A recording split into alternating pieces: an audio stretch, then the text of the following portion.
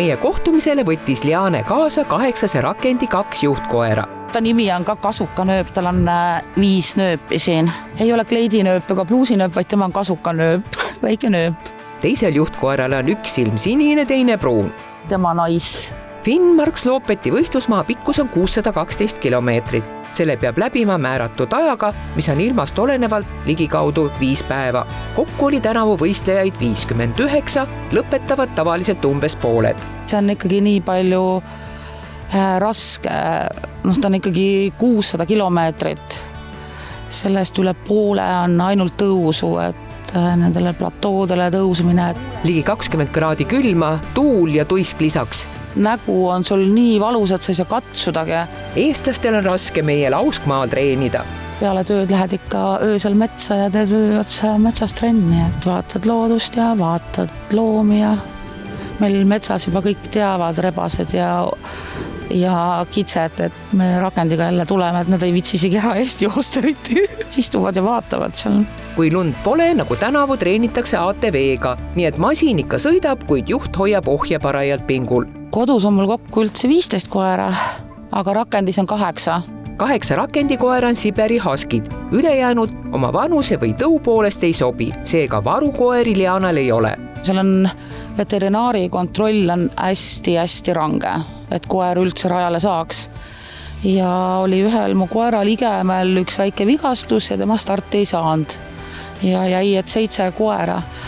Aga üks Norra sõitja kirjutas mulle õhtul ja ütles, et ta pakub oma koera. Väga suur usaldus Norra sõitja poolt. Kuidas need juhtkoerad teavad, kuidas peab jooksma? Käsklused. Need on põhilised käsklused on parem vasak, stopp, meil on edasiminek okei. Ka pimedal ajal jooksevad nad käskluste järgi. Rada on palistatud toigastega, mille otsas on helkurid, koerajuhil pealamp. Leila võistes ka mullu Finnmarksloopetil, kuid pidi 2 koera käpapadjandite vigastuste tõttu lõpetama 560 kilomeetri peal. Ka tänavu juhtus äppardus. 49 kilomeetrit jäi lõpus puudu ja ajalimiit ei mahtunud. Aga võistlustel ei ole nii, et koerad aina jooksevad ja puhata ei saa. Iga vähemalt 2 tunni tagant on snäkipeatus.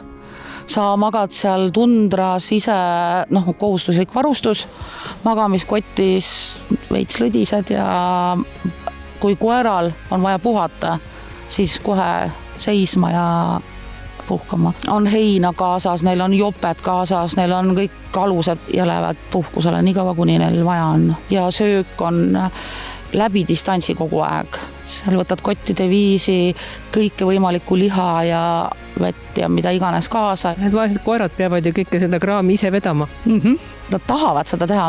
Nüüd me oleme paar päeva kodus olnud, täna peab trenni minema. Sellepärast nad kodus annavad teada, et aitab. Nad tegelikult naudivad, sabad lehvivad, on muidugi, pärast on loomulikult nad ka väsinud, nagu me kõik. Kui näed, et koerad väsinud ja puhkepaus, siis ma tavaliselt lähen ise ka koerte kaissu tuttu. Et siis vaatad, et kes võivad olla nagu kõige rohkem väsinud ja siis võtad oma magamiskoti ja siis võtad koera kaissu, siis tudud koos. Naudime virmalisi näiteks. Oi, kui ilusad olid, siis paned pealambi öösel, paned kustu. Et tohutud suured need Norra virmalised. Võistlustel osalemine on väga kulukas, 20–25 000 eurot. Ekstreemvarustus, vaktsiinid, toit, osavõtutasu. Sponsorid algul ei olnud, kuni sõbrannade tiim lõpuks appi tuli. Vahel lihtsalt istud ja pisar tuleb silma, et kuidas see võimalik on. Et eks ma aegamisi proovin neid tänada, nad ei kujuta ettegi, kui palju head nad teevad. See on võrratu. Eesti on täis häid inimesi.